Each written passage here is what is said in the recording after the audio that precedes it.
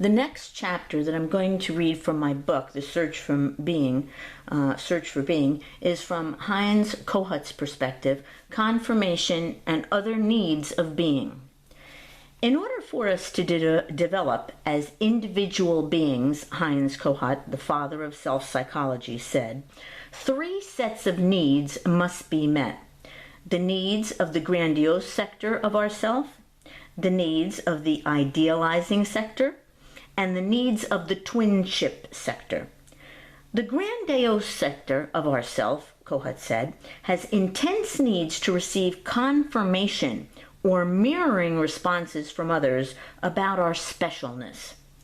When very young, we need a parent to praise our accomplishments. When we get that confirmation, over time, our grandiosity and exhibitionism change into ambition, confidence, and the drive to excel. Our archaic demands for grandiosity, over time, become realistic ambitions for ourselves, and we do things for the joy they bring, Kohut said.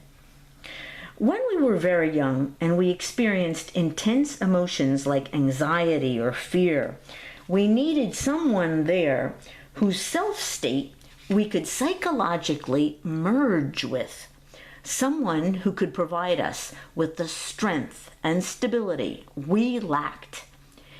If that someone we could idealize was there, we felt soothed and calm again. In time, we would internalize the image of the idealized person who functioned as an extension of ourself. When very young, Kohut said, we also had twinship needs. We needed there to be people who were like us. If people who were like us weren't there, we could grow up feeling different and empty. When twinship needs are met, it helps us in later life to make use of our innate skills and potential. When the needs of the grandiose sector, the idealizing sector, and the twinship sector of ourself are met, Kohut said, we grow into people with goals and ambitions, ideals and values, and a sense of belonging. The functions others performed for us are internalized and become part of our being. Our self is built up of innumerable experiences with others.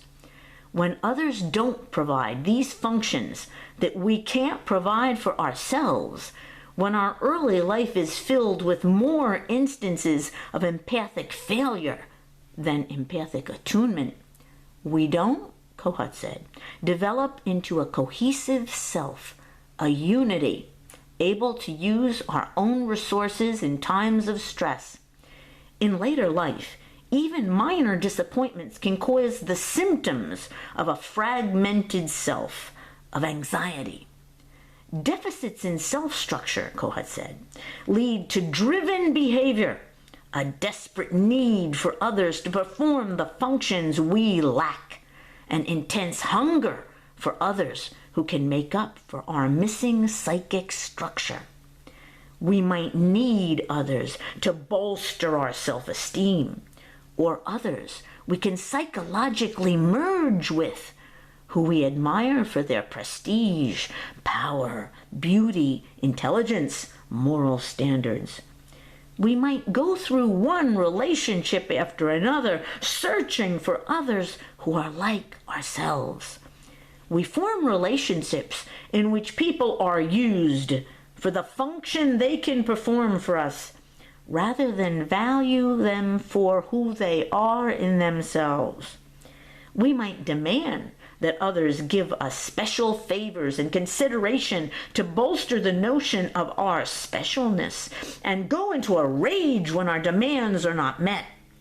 We might project onto others the image of the all-loving, all-knowing, omnipotent parent we long for, and feel fragmented when they leave us and we can no longer participate in their strength and calmness. We might break off one relationship after another, looking for the perfect twin, someone who experiences life as we do. Intense emotions are a clue that this person is reactivating some past trauma we experienced in our early years. When parents fail to give us the attention we need, or we're depressed or emotionally unavailable, our being is enfeebled. We may not know what we want or what we feel or what we wish. Instead of pursuing goals and ideals consistent with our unique nature, we might be driven to act to maintain feelings of cohesiveness or conceptions of ourselves that bolster our self-esteem.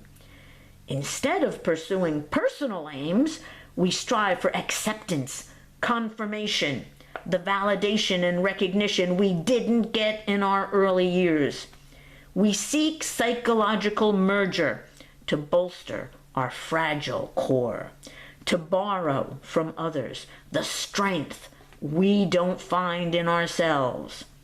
When we are not guided from within as to what our goals are, we have to take the cues from outside, from society, from authorities, from idealized others. We grow toward being by building up our psychic structure. When the outside world frustrates us, if we are not overwhelmed by that frustration, we can try to do for ourselves what previously we needed others to do for us. To grow, we need to learn to mourn the injuries of our early years. While we never completely lose the need for confirmation, or the need to idealize others, or the need for others to be like us, we can stop seeing others as extension of ourselves, whose main value is to do for us what we can't do for ourselves.